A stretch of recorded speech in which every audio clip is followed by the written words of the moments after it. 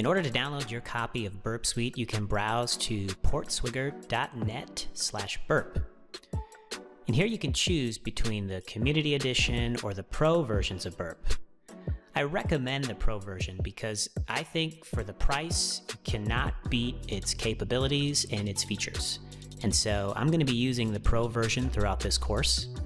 If you want to get the Community Edition, you can still follow along with most of the exercises, with exception to the automated vulnerability scanning and validation sections.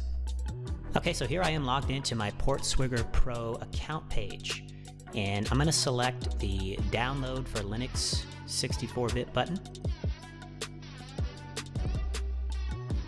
and I'm going to download the install file.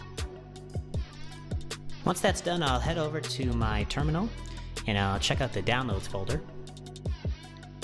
I'll quickly change the permissions on this file, and I will launch the installer.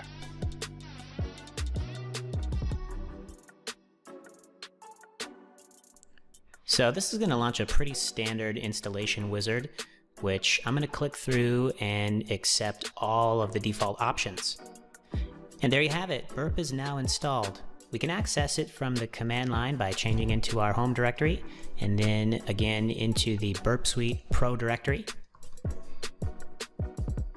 Or a much simpler way is to take advantage of the custom launcher that Portswigger has installed for us.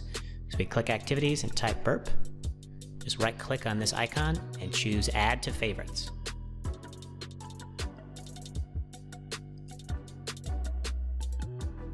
And that's all there is to it. We've just installed Burp Suite.